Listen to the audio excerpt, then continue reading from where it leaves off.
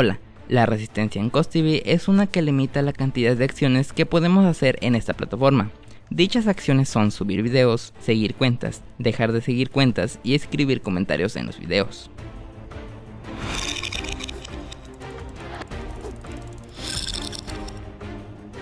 Cada actividad consume la resistencia que nos indica esta barra roja.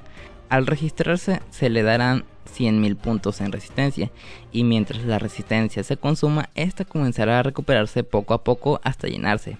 Con la resistencia llena, teniendo 100.000 puntos, he podido subir hasta 8 videos en un solo rato, por lo que subir un video gasta un aproximado al 12% de esta barra.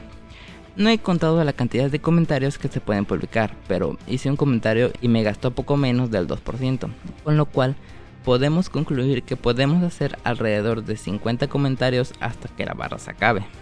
Si esta cantidad no es suficiente para lo que busca hacer en el tiempo antes mencionado, le tengo una solución. Lo que tenemos que hacer es tomar los COS que tengas y convertirlos en chicken.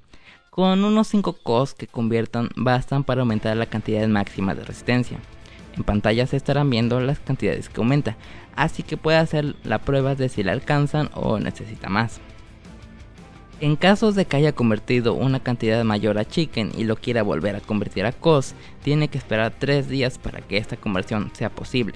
Si te ha gustado el video, dale like, suscríbete si no lo estás y mira los videos que te estoy dejando en pantalla. Sin más por el momento, hasta luego.